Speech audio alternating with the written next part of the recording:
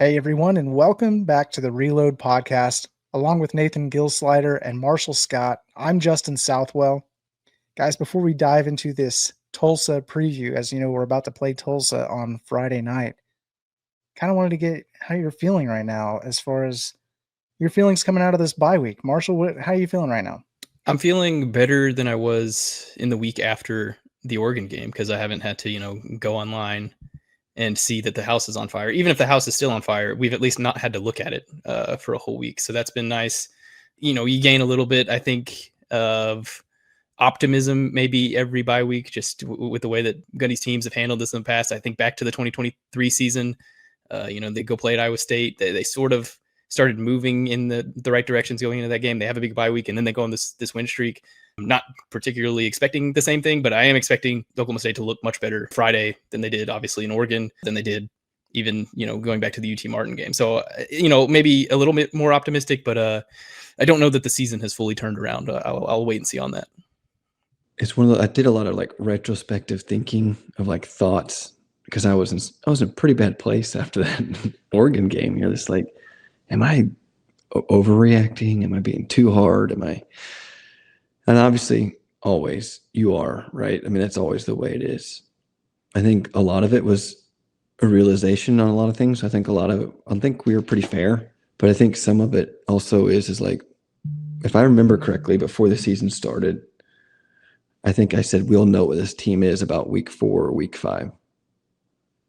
That's still probably accurate, right? I mean, I think that's still out there. It's still out in front of us. And so it was good to kind of get like a little bit of a mental reset as a fan. Like, Lord, I know and I need it. So I'm sure the players did. I mean, I'm sure that was very demoralizing for them. And to get back out there, and I guess, we'll learn a lot about the character of the team, honestly.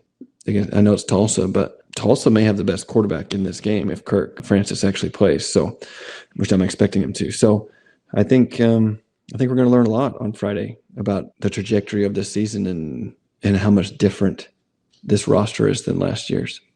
Yeah, that is always exciting to see, really the potential of this team, to see how they fight, how they bounce back. It sounds positive based on what we've heard from Coach Gundy in his press conferences, talking about how they've had very good practices over the last week. That is encouraging. I expect the coaches and the players to bounce back. It's really tough to see them on that road trip to Oregon and get just absolutely blasted like that. But that doesn't mean that the season's over. You have a good chance to bounce back. And really, you have a chance to kind of show at least Oklahoma State fans this week that that's not who we are. I mean, the players don't really have a choice, right? I mean, same with coaches. I did hear Coach Gundy said coaches don't have a choice. They don't. And they don't. But to be honest, the players don't have a choice either. And Nate, go ahead and elaborate on what you mean by that. No, I was just going to say, like, you don't really have a choice. We talk all the time about how, like, losses affect fans typically way worse than they do players. Reason being is Sunday night when you come for your corrections, like, that game's over, win or loss. And especially as an older player, you figure that out over the years that, like, hey, Saturday night was fun.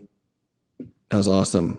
And then you move forward no matter what. And injuries, whatever it may be. So, like, players don't really have a choice, especially this early in the season. Like, hey, but you got a lot of time left here. So, well, coach is right. I mean, it's essentially a job for the players too. And you show up on Sunday and you get your corrections made and then you push forward. So I'm sure that they're very ready to get back out on the field.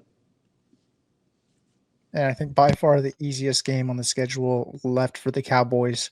A really good chance to bounce back, and essentially you're not going to balance out what happened against Oregon, but you can bring up your statistics in a lot of ways whenever you're playing against Tulsa. Speaking of Tulsa, kind of wanted to dive into what we would believe to be the most intriguing storyline playing against Tulsa. Marshall, what have you kind of gathered over this past week? Yeah, there are a million ways to go at this from an Oklahoma State angle. Obviously, St. Flores playing his second start didn't go well in Oregon. How are things different going into this week? Just sort of the offensive game plan in general. Does this team have an identity? I feel like the search is still on for that. Maybe they have a better idea internally of what that looks like, but that certainly didn't shine against Oregon, whatever the identity of this team is. From a Tulsa perspective, I've been really intrigued, bringing Dominic Richardson over, bringing Braylon Presley over. Trey Lamb was asked about both on Monday, said the plan is to get Dom about 20 carries, says he wants to get Braylon Presley about 6 to 10 touches.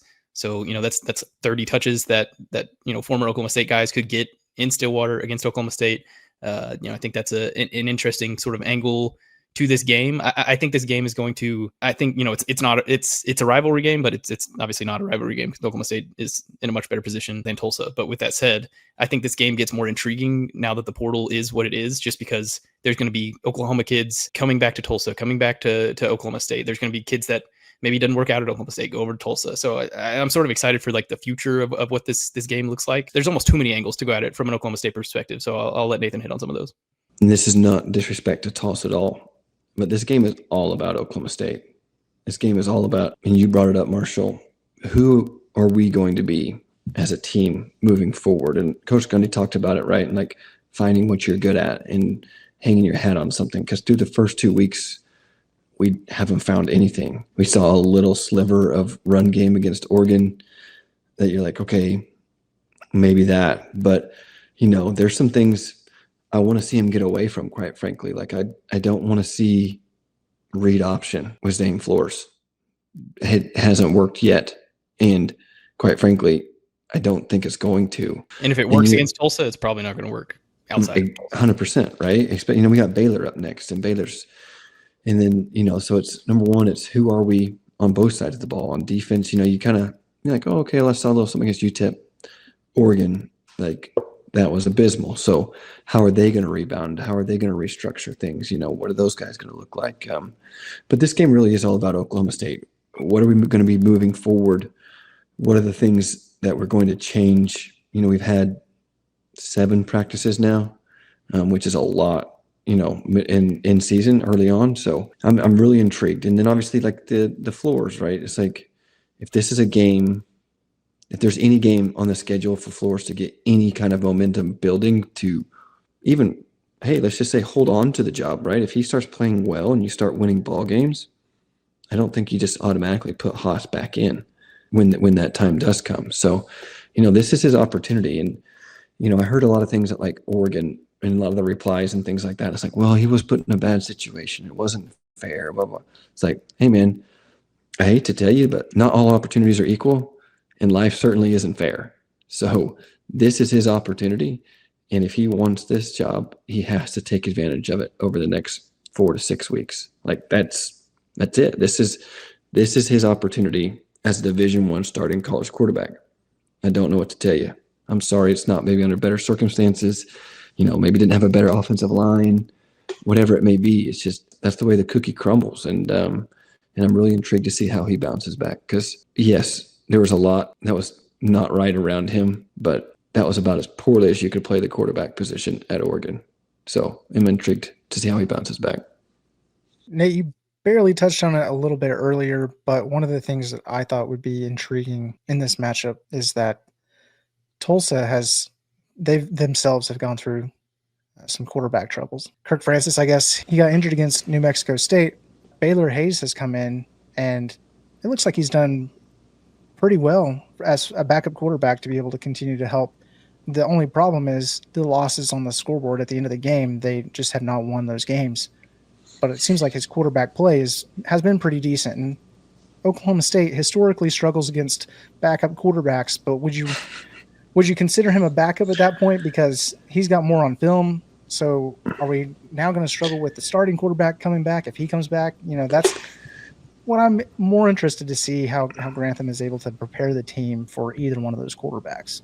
A little bit about Baylor Hayes. He was with Trey Lamb at East Tennessee State, transfers over with him, a little bit more mobile, probably a lot of bit more mobile. I think he's got he's up there in terms of team rushing yards. He's got 2 rushing touchdowns already. Yeah. So that's the dichotomy of do you want to play Kirk Francis, who's more of a statue, but it's probably going to be more accurate, or do you want to play Baylor Hayes, who's got a little scoot to him? I think probably in a scenario like this, I think Baylor Hayes is probably more able to upset a power conference team, just because that ability to run you're probably going to need. You're probably going to need that whenever you've got power forward level edge rushers coming at you. But I think I'm team. Let's see Kirk Francis as opposed to Baylor Hayes, as crazy as that might sound. I don't think it matters, to your point, Justin. I think, especially this early on in the year, like Coach Grantham's figuring out what his team is too. So I don't know how much they're going to be relying. Trey Lamb, new coach, obviously he coming from a new place, but he's only got 3 games of film here. They played Navy, which is a difficult team, a very difficult team to play against, both offensively and defensively. They're going to do different things than you're used to anyways. So there's not a whole lot you can do with that film. Like I said earlier, I truly do believe that this is a game that's more about Oklahoma State imposing their will and what they want to get done. And Marshall, you brought up, hey, I want to get Richardson 20 carries. Well, I'm sure you do, but if Oklahoma State gets up 21-7 or whatever it may be, like that's not going to happen. And that's what Oklahoma State needs to do. What you can't have happen in this game is Oklahoma State gets down early, keeps them in it, turnovers, whatever it may be. You give a team, I don't care who it is, you give them an opportunity in life. These, like you said, these guys spent time at Oklahoma State and the various other schools. I mean, I think they've got forgot his name, but anyways, he was at A&M, I think, for a little while. So they've got Micah Tease. Yes, and right. So they've got athletes, they've got guys coming over. So this is not something you can take lightly from that perspective. And this team, quite frankly, has no right to take anything lightly right now at this point in the season. So I don't expect to see that, and we certainly can't do that. And I've been leaning a lot on, well, last year's team blew out Tulsa, so this year's team should be able to do the same. But there have been some semi-close Tulsa games in recent memory. 2021, Oklahoma State wins by 5. 2020, they win by 9. I think for the betterment of the fan base and OSU Twitter in general, going out and blowing this team out would feel great. That if it is a close game, doesn't necessarily mean the season's doomed. Oregon might have meant the season is doomed. But I just think I don't want to find out that Oklahoma State can come back after playing a close game against Tulsa. I just want them to go out and do it because, like I said, it's just been a rough time to follow Oklahoma State over the past, 12 months. I was going to say a couple of weeks, but really 12 months. And the game last year against Tulsa, it seemed like there were a lot of explosive plays, surprisingly, from Alan Bowman and being able to take it off the top. So I wonder if we see a little bit more about that. Yeah. But you brought up a good point, though, Justin. Like, we could not run the ball in that game. Right. So we couldn't run the ball. We found a way to beat them badly regardless, but it was a little bit indicative of what we were going to see for the rest of the year. And that was maybe something we chose to ignore.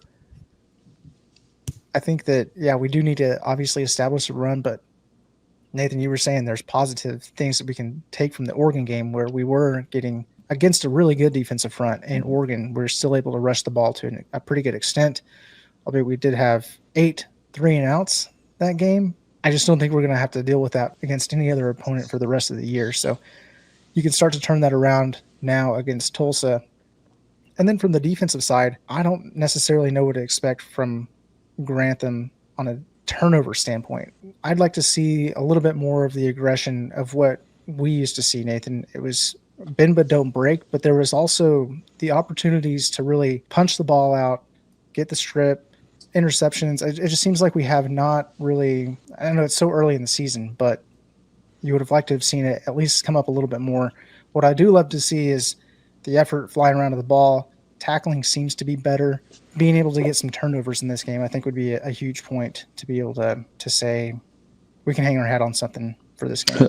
I know it helped the fan base, right, and the crowd, right. That, in my opinion, is something that goes a little under the radar, and you felt it in our first game.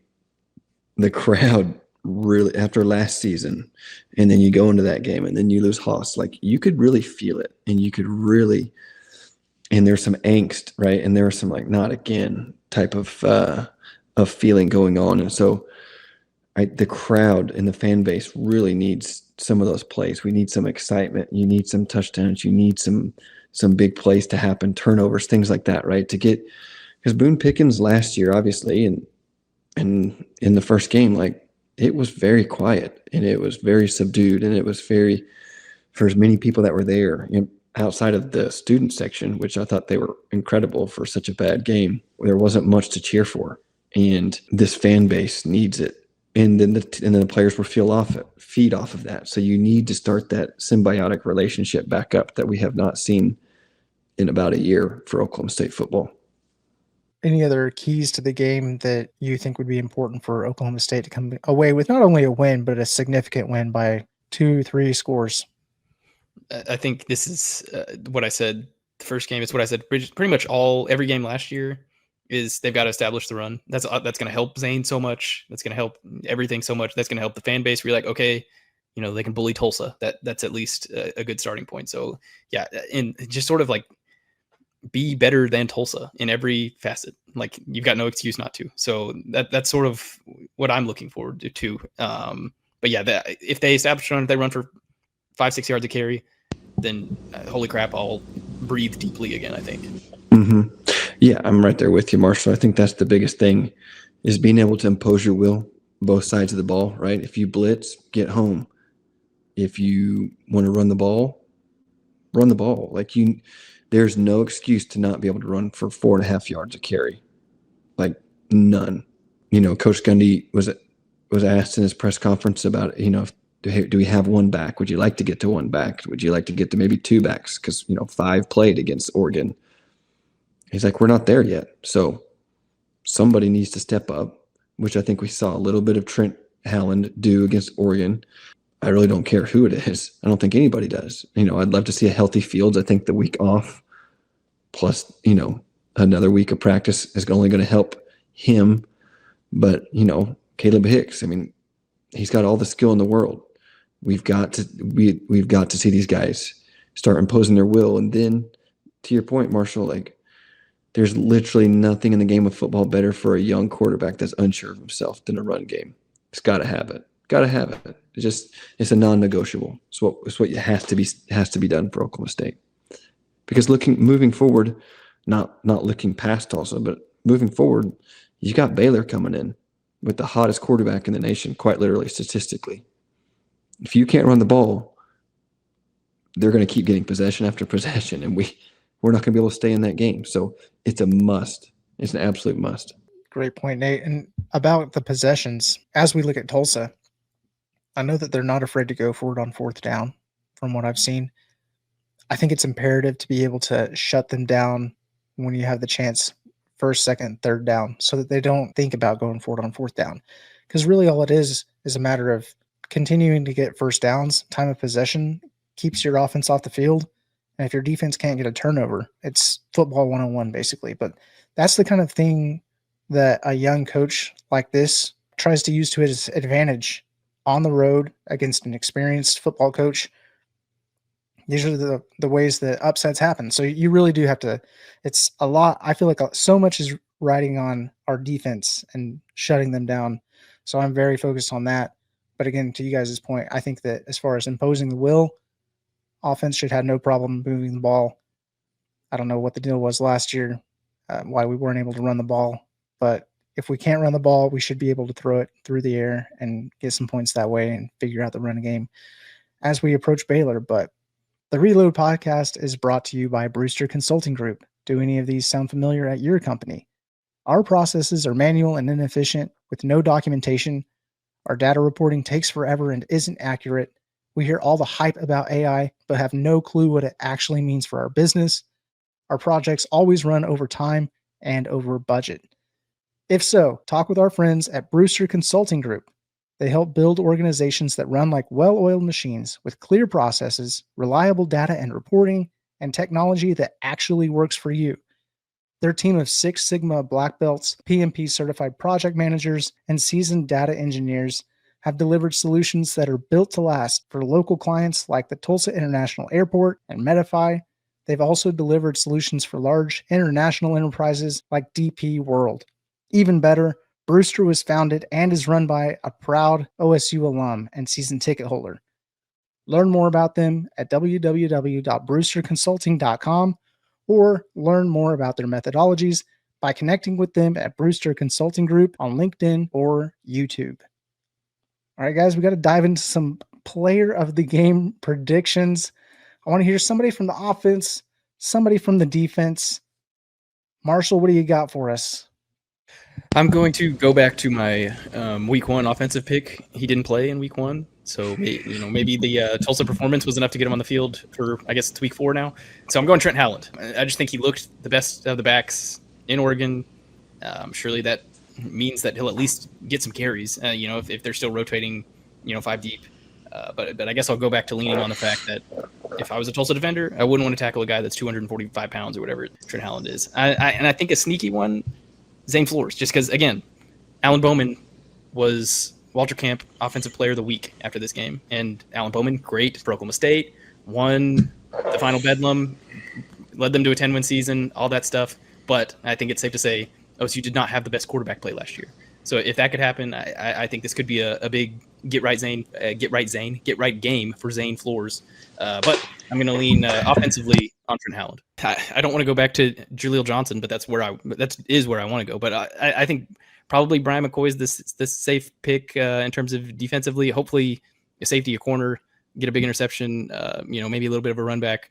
I'll lean Brandon Rawls just because he's doing about the same that Brian McCoy is doing. But slightly different. We got to talk to Brandon Rawls this week. He rocked. He does not look like a guy that transferred from Saginaw Valley. Let's just say that. He is huge. I'll go a little off kilter and say Brandon Rawls, but it's probably going to be Brian McCoy. Big week for Brandon Rawls. He was on the Mike Gundy radio show earlier this week as well. Oh, nice. As one of the guests there. I'm going to go Rodney Fields. I think this is his welcome back game. He is such an electric athlete, and I just think that week off, he got his feet wet, got a few carries against Oregon. And I know that we all feel very confident that we are definitely going to be trying to establish the run. So I think there's going to be a lot of opportunities there. And it's funny, I was actually going to go Rawls, but I'm going to go with Wendell Gregory. I think he's just going to be too much to handle off the edge. I think he's going to get home a couple times, especially if Francis plays and don't have quite a mobile quarterback. So I'm going to go with Fields and Wendell Gregory. I like how I named everybody on both sides of the roster. And then we're like, all right, now you guys talk about Nailed somebody. it. I want to go with Caleb Hicks because he came from OU. He's here at OSU. Please just dominate Tulsa. Find the cutback lanes and get through. I want to see some explosive play from Caleb Hicks this week on offense. I think he can do it. And then for defense, Brian McCoy. McCoy's just flying all over the field. Tulsa is going to be no different. I just expect him to continue to build on. Is he leading the nation in tackles? Yeah, going into last weekend, there were 2 guys in the country that had per PFF 20 tackles and 0 misses. And it was Brian McCoy and some guy from Louisiana Tech whose name I forgot. Sorry, I'm sure you're a great football player. But now that we've all picked different running backs, it's probably going to be Sezi Valahi. Yes. Or who did we not? Freddie Brock. So yes. Be on the lookout for those guys. Exactly. This is the hard-hitting stuff. This is why you listen to the Reload podcast, so you know who's going to go off based on who we don't pick. That's right. Uniform predictions. It's a blackout game on a Friday night in September against Tulsa, so I'm going to guess all black. I think that's safe. I think it all comes down to the helmet logo. True. Didn't talk about the logo. Just go with the brand, They really do like to wear Patriot Pete against Tulsa historically early in the year. Although last year they went Cursive Cowboys and threw everything off because they had white, orange, but it was white with the black numbers. I can't believe that was... You're having flashbacks. Like a year ago. Yeah. Okay, Ray, man. Not even looking at it. I think they'll go cursive just because I'm sort of surprised we haven't seen it in the first 2 games. Same. They seem to love hammering that, and it's a beautiful look, obviously. I sort of hope it's Patriot Pete because I sort of like Patriot Pete, but I think it'll be cursive. Yeah, I'm leaning cursive cowboy. I think it's I think it's time. So this is the look, by the way, that we wore against Kansas State back in 2023. Mm-hmm. All black with cursive Cowboys. It's a great look. I think that a combination worthy of Kansas State is too good to wear against Tulsa. That's my opinion on the matter. Maybe a future national champion quarterback. We need to win. It doesn't matter. Maybe a future national champion quarterback will throw it directly to Cameron Epps right before halftime. If they wear. That's a fair point. We need that too. Yeah.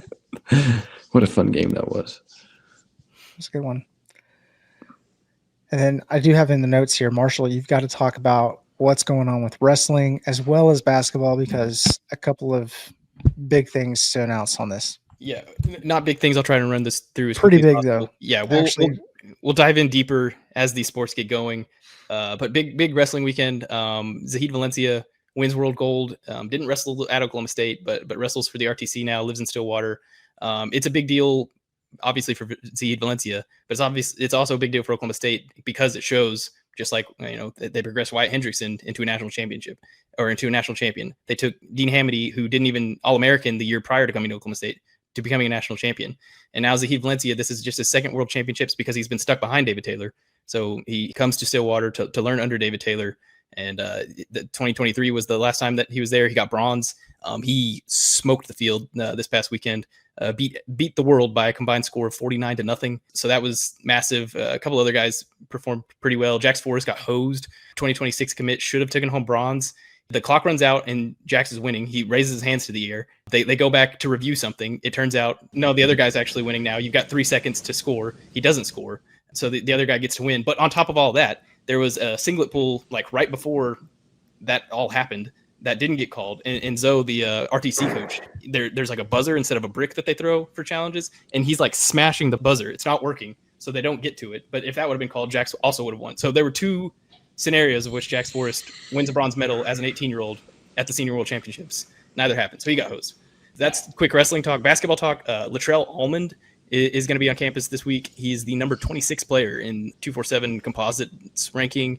Got a ton of good offers. He's also going to be visiting Tennessee, Indiana, and Virginia. Pretty solid schools. He's a 6'4", 225, like power forward type. Really, Oklahoma State should very much want this guy. So he'll be on campus this weekend. I believe he's the only guy coming. So they're going to really hone in on that. So that's your quick wrestling and basketball update. I'm interested. Right. I'm interested to see a little bit more basketball, but Jalen Montanati out of Owasso. I feel like it's going to come down to KU and OSU. If I was betting, I don't know anything firm, but I think Oklahoma State's in a pretty good spot there. So yeah, I'm trying not to put the cart before the horse in anything, but I heard something a couple weeks ago that Oklahoma State's looking good there. So nice. Yeah, hopefully they can close the deal there. Good. Legacy. Need the legacy. And he's a great player. He's a very, very good shooter. What is he, like 6'7", 6'8", I think? Yeah, I think he's 6'7". I think he's listed 6'7". Yeah, so. Must be nice to be able to reach things on the top shelf. All right, let's go over to the questions in the chamber. Nate has no problem doing that. He doesn't have to bust out the step stool. Must be nice, man. Blessed. # blessed. All right, some questions in the chamber. We've got John Jester. Is the criticism of Flores at this point fair? If not, then how many games should we see with him leading the offense before verdicts are made? Fair? No. Warranted? Yes. If that's not like too counterproductive. The reason why I say that is it fair? No. His first start on the road against a probable national champion contender. Everything going wrong, not a great offensive line, yada, yada, yada. We've all gone over it, right? No, that's not fair to be like, hey, man, this kid stinks. But also, we don't have time. We don't have the luxury of time at Oklahoma State. We don't have the abundance of athletes around like we used to in order to be like, hey, man, just got to, get the ball out there. We have to have, if we're going to salvage this season, quarterback play has to get much, much better. And, Coach Gundy in his press conference, sorry, Marshall, if this was you, and I forgot it again. I was the last one that you said somebody asked. I was like, ooh, that one was me, but it's okay. Sorry. I need to start paying attention whenever I remember these things. But they asked, essentially what do you need to see from Flores and so forth and so on.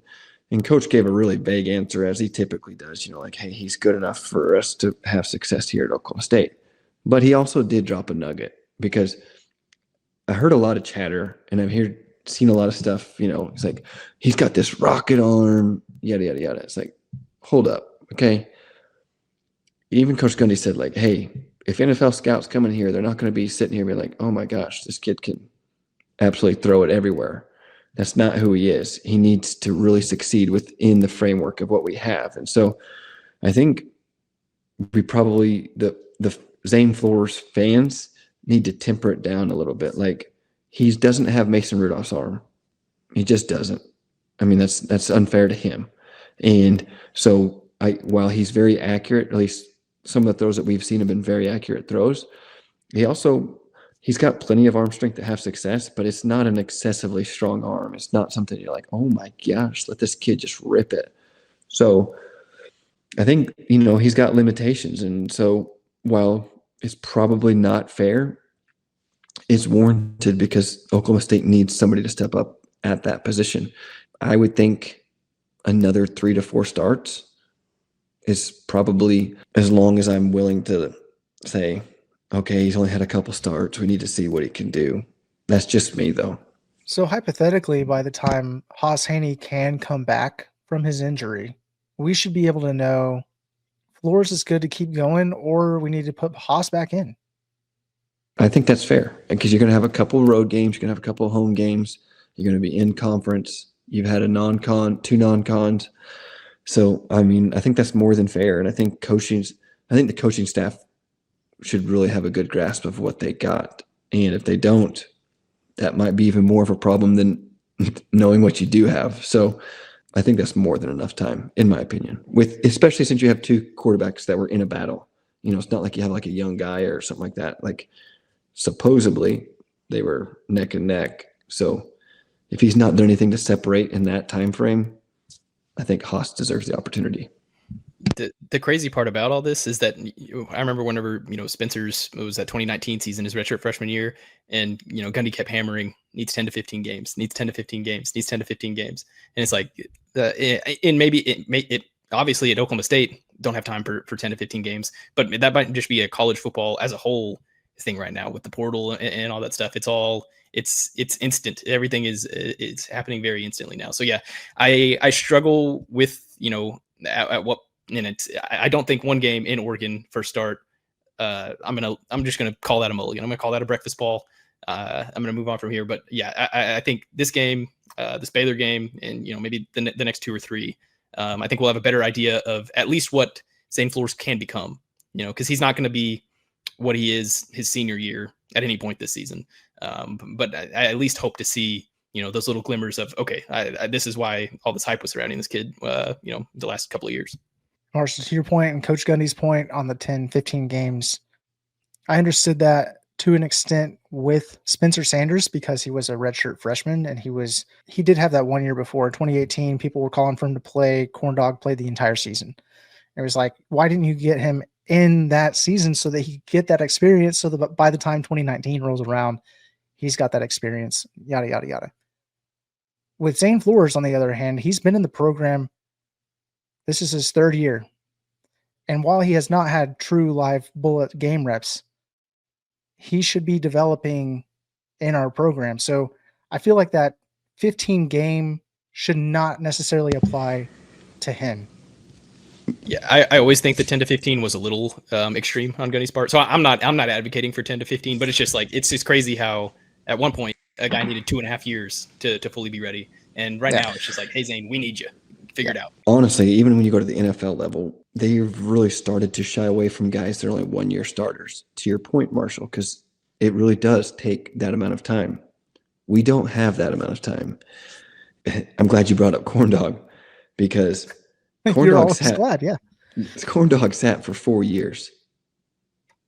And nobody was like, hey, this kid he went out and ripped it. And you're like, hey, this kid can play pretty good. Like, his good is really good. His bad was pretty bad, but his good was really good. And it's like, I need to see that from Zane. I need to see his good be really good, right? You need to see, I can live with ups and downs because that's what's going to happen. But you need to see, I think you said it, Marshall, you've got to see the flashes. You've got to see his good needs to show me that it can be really good when he's right. That's what we have to see. Next question here from OSU grad and dad, 85. With everything we know about the team right now, what does success look like at the end of the season? I think success at this, like before the year started, I was like 8 wins would be a hell of a year. Right now, I'm thinking a bowl would be successful, just based off of, again, that I don't know how much. It just feels so weird, sort of dissecting a season after an FCS game and a game where a team was literally attempting to run it up on Oklahoma State, and they did. So, but just how I'm feeling right now, I think success is a bowl. Success might be 5 wins, but nobody wants to hear that. Nobody, if you go and win a couple of Big 12 games, you did better than last year. Is that successful? I don't know with all the turnover, but I think success right now sort of looks like 6 wins in a bowl. Yeah, I would say 6 to 8. When you factor in everything that's going on last season to this season, to turnover, to Coach Gundy on and off the field, lots of turmoil, things like that, I definitely think 6 to 8. Less than that, I think we're fairly confident we know the outcome after this season, right or wrong. So 5 is not the standard at Oklahoma State. 6 isn't the standard at Oklahoma State, but at least at that point, you're showing moving in the right direction and growth. But the standard is the standard, right? You hear coaches say that all the time. What does that even mean? It's like you're repeating yourself. But what that means is that Oklahoma State, if you don't want to take a step back, you don't accept mediocrity. And mediocrity is 6. I mean, good grief, you're in a Pop-Tart Bowl or whatever it may be, right? I mean, don't you talk ill about the Pop-Tart Bowl. Okay, sorry. I mean, that is pretty cool down in Miami, or the Cheez-Its or, Mako, whatever. But jokes aside, Oklahoma State needs to continue to hold itself to the standard that Coach Gundy built. That standard is competing for championships. And obviously we haven't won very many, but we've been extremely close for over a decade now, many, many, many times, and overachieved. And that's the standard at Oklahoma State, and that doesn't need to change. So as a fan base, we don't need to accept it. And as a university and an athletic department, you don't need to accept it. So, 6 to 8 minimum is what I would consider, okay, at least we're moving in the right direction again. And if I remember correctly, that's about what you had before the season started. So it wasn't necessarily that you're moving the goalposts just based off that Oregon game. You still believe that it's still about 8 wins. Yeah, for sure. I think 8 at this point, you'd feel amazing. You'd be like, hey, you really turned something around. And bouncing back from a 3-win season to 8 is a success. Absolutely. And the point I want to make too is that, what was it, 69 to 3? I can't even remember the score anymore because I put it out of my head. Don't worry about it.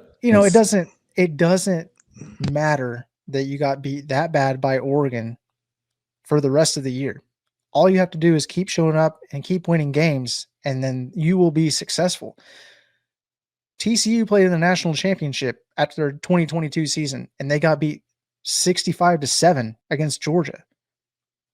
Was it a failure of a national championship game for them? Absolutely. But would you say that a 13-win season was not successful for TCU? A blowout does not define your season. It's just that one game. So, in the scoreboard, Oklahoma State's not going to start this game down 66 points. Thank goodness. It resets. Amen. But you mentioning that 2022 TCU team sort of just made me depressed because Oklahoma State just about beat that team, and that could have been Oklahoma State. And Spencer Sanders gets hurt. We were up by what, 10 going into the fourth quarter or something? I can't remember. Anyways, the game that Sonny Dykes was losing his mind. Oh, that dude. I tweeted that. So it was because of the slow sub. I remember this yesterday. It's because of the slow sub. He got really mad, berated an official. The official ended up throwing a flag and gave it to him. Later, I tweeted there was some other game happening where that happened, and I tweeted. I was like, "Where's Sonny Dykes to berate an official when you need him?" Like 2 weeks later, Sonny Dykes liked that tweet. He was like, "Yeah, that's a good tweet." Yeah, because because later Oklahoma State got flagged for illegal substitution because he complained, and it was really crucial towards the end of the game when we got the flag. And it worked. And that's what makes you okay. We don't need to hash this back up, but it's true. We'll have a pod where we just talk about the 2022 season and the 2018 season. And just let it all out then. Okay. Marshall, I've got one for you here, I think specifically, because I don't think Nate can answer this one, but we got one from OK State 37. What does game day look like from a media perspective? I.e., how early/late are you there? And is there a lot of conversation in the press box? give us kind of the behind the scenes look, if you will, of what's going on from your perspective on game day. Yeah, I think when a lot of people think of my job, they're like, "Wow, that must rock," and it does. It does rock. Unless you're watching a team, unless you travel 2,000 miles to watch a team lose by 66 points, then it's not as fun.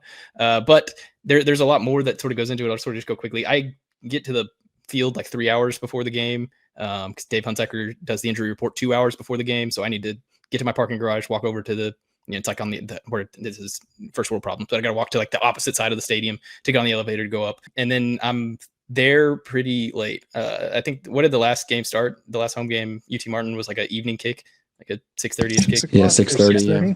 I think I left at like 1:30 because I felt bad that the OSU support staff person that like had to sit in there and essentially babysit me because he couldn't leave till I left. So I was finally like, hey, I think the strip's still open for another 30 minutes if you want to go. But so yeah, it's long on both ends. That's sort of why I like weeknight games, because if that happens on a Saturday, I didn't watch any other college football. And then I get home and I'm like on my phone scrolling forever to just sort of see what happened throughout that day. So I love the fact that, Oklahoma State's played on weeknights twice. On Saturday games, I love 11 a.m. kicks because then I at least get to get home and watch the evening games. But, if a game's at 2:30, it sort of takes up my morning. It sort of then takes up my evening. So that sort of sucks. And then if a game's at night, I'm just like waiting around all day to get to the field. But press box conversation, it's pretty... like there's conversation happening, but we're not like everybody's pretty locked on the game. It's any conversations happening is of direct to the game. We have like there's always somebody that comes over no matter what stadium you're at saying, hey, this is a working press box, don't cheer, and then keep conversations to a minimum. But it's nobody's actually getting in trouble in any press box that I've been in for that. So Nate, I don't know about you, but waiting for games that start around kick time 7:00 is the worst for a player too. You're just sitting around all day. Yeah.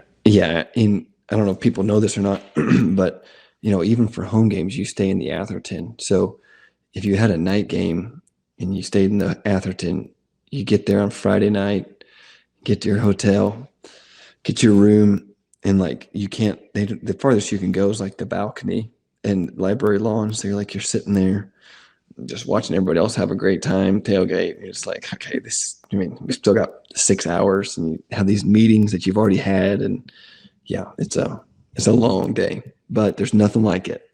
I know it's long for everybody, but night games, I love night games.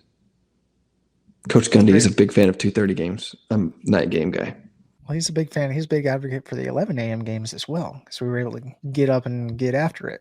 We got one more here from Sherlock, including the Tulsa game. How many more games do you think we win this season? I'm at 3: Tulsa, Cincinnati, and Kansas State. Oof. Yeah. I no longer feel good about that Baylor game.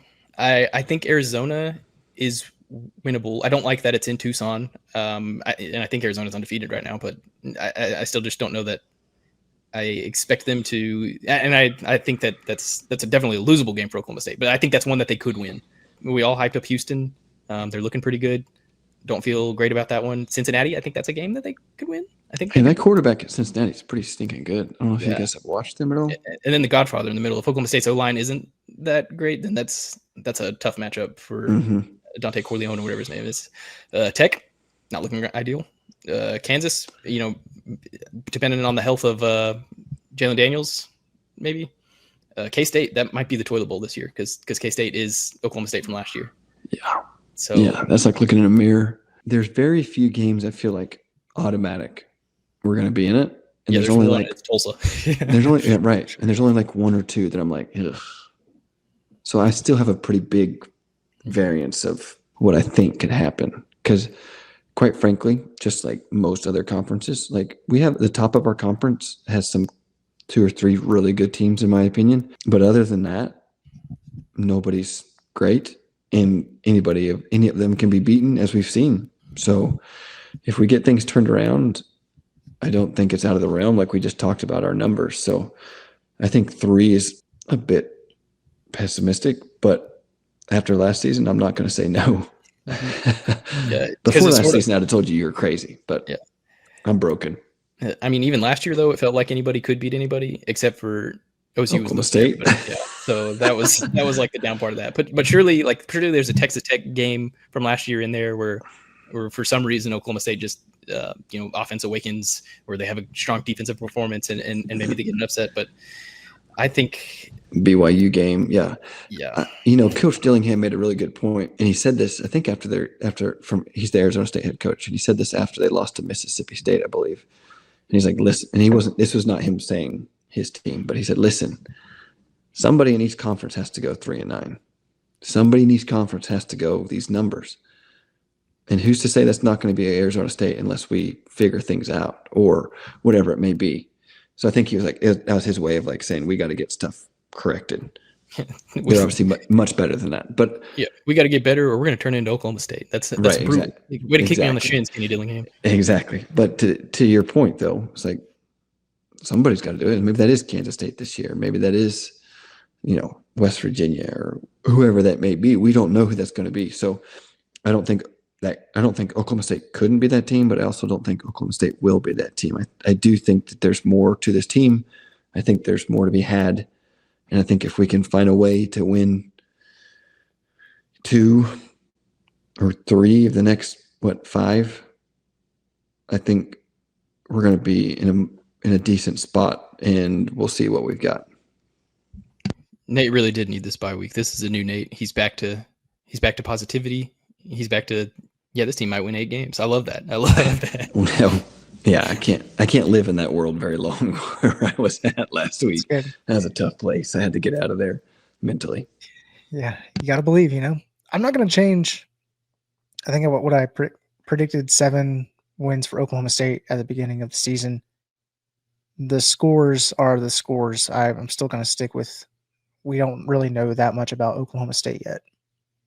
And based on what I thought I knew about them, has not really changed all that much just based on them getting blown out by Oregon. So, yeah, I think Tulsa's in there. I think I already had a loss to Baylor, even though it was home, but the track record of Gundy with the conference openers was not good going into it. And you guys kind of considered Baylor kind of a coin toss, but to Nate's point, it looks like they got one of the best quarterbacks right now. So they do, but I will say this. Baylor's coaching staff will keep us in the football game if we allow them to. They go for some of these stupidest 4th downs, and they make some terrible decisions. It's the analytics. Oh my gosh, it drives me wild to watch Baylor football. It drives me insane. I can't do it. So if you remember that Baylor game last year, I mean, they kept us in that game with some 4th down at midfield type things, and so Sawyer Robertson's very good. Very, very good. But true. I think I'm short with Sherlock in that 3 seems somewhat real. Maybe it's just because I witnessed the Oregon beatdown with my own 2 eyes, and then maybe had flashbacks to all of last season. But I was like, oh, I had the firm, oh no, here we go again when Oregon scored 2 times on 3 plays. So yeah, I think they beat Tulsa. I think, like I said, I think there's one other game that they just sort of like. Isn't it crazy that you say they scored 2 times on 3 plays, and I'm thinking, which time? Mm-hmm. They did that later in the game too. I'm week to week, Marshall. Okay, week to week. Talk to me next week. Yeah, I think like 5 is possible. I think 5, 6 is on the upper end of possible. And again, I could change after this week, after Oklahoma State's not playing Oregon anymore. But that's just sort of I'm very much in the oh no, here we go again mindset. Unfortunately, that's fair. I think that's it for the questions. So anything else that we need to touch on before we head out and go beat Tulsa? Just run the ball, please. Just win. Please, yeah, that and just run the ball. I'm not even there, Nate. I know it's like just win and EW there, but it's just win by 14, 21, 28. Absolutely. Multiple scores. There's no reason that we need to be hanging around with Tulsa. No Absolutely. Respect, no disrespect to Tulsa. No respect. No regrets. No respect. Yeah. No regrets. No regrets. That's it. Know what I'm saying? No respect. The people listening this far, you're the real troopers if Yeah. you've made it this far. Yeah, absolutely. No, I'm with you, Justin. Yes, while we do need to win, we need to win in a certain fashion to give us any hope. What is that turning this thing number? around. Is it 20 point? Like what do you want to win by? 24. 24 points. If you win by 24, how much did Navy win by? 42-23. Okay. There's a good chance that Navy could be the at-large for the playoffs. I mean, that's well within reason. I think they've lost. I think they've won 14 of their last 16, and their 2 losses was to like a powerhouse and Tulane, which for didn't they? And then they beat OU in the bowl game last year, right? But I think around 24. You beat them by 24. I think you're feeling like okay. Transcript Spread's 13 and a property, half. you're better than Navy at that point. So Boom. They did beat OU in the bowl game last year. I had no recollection of that. Ever since OU left the Big 12, I haven't had to pay as much attention. I remember OU's losses very well. Nice. Sweet. Well, everybody, thank you for joining us on this edition of the Reload Podcast. I invite you to like, share, subscribe, comment to show your support here on YouTube. You can find us on Apple Podcasts, Spotify, wherever you're listening to podcasts these days. So if you're on that, go ahead and leave us a rating, review. We really appreciate it. It helps other people find the show. Of course, sharing it with family and friends. That's a good way to do that as well. So thank you once again. We'll see you after the Tulsa football game, and keep those pistols firing, and remember to reload. Go Pokes.